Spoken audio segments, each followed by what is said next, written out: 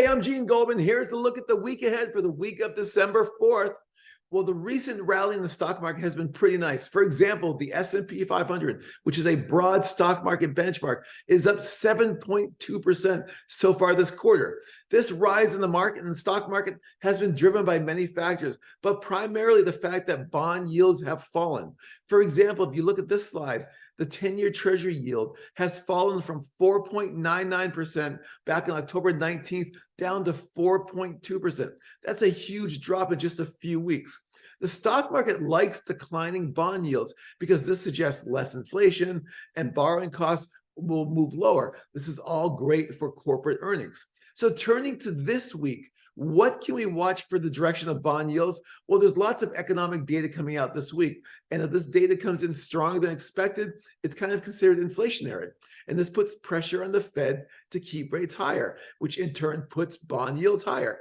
So with all this said, though, the most important data point to watch is Friday's non-farm payroll report. So let's discuss this report, because remember, this report is one of the first looks at last month's economy. So the consensus expects the monthly non-farm payroll report to come out on Friday. It's expected to increase from what this chart shows last month of 150,000 to this month of 175,000. This rise is primarily driven by the return of striking auto workers, striking Hollywood actors and actresses, and this should boost payrolls by around 50,000. Also, we really haven't seen any major significant layoffs yet, so payroll should be pretty high still. The unemployment rate should stay flat around 3.9%, but then average hourly earnings, watch this carefully, average hourly earnings are expected to rise a little bit from 0.2% to 0.3%, but the year-over-year number should fall from 4.1% to 4%. This fall in year-over-year is really being helped by a slight rise in the overall labor supply. This suggests less wage inflation. The bond market, if this does happen, will like it a lot.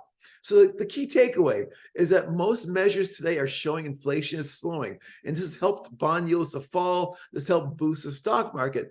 But overall inflation is still above the Fed's 2% target. And services inflation, as you see here, that blue line, which shows 4.44%, is still too high for the Fed.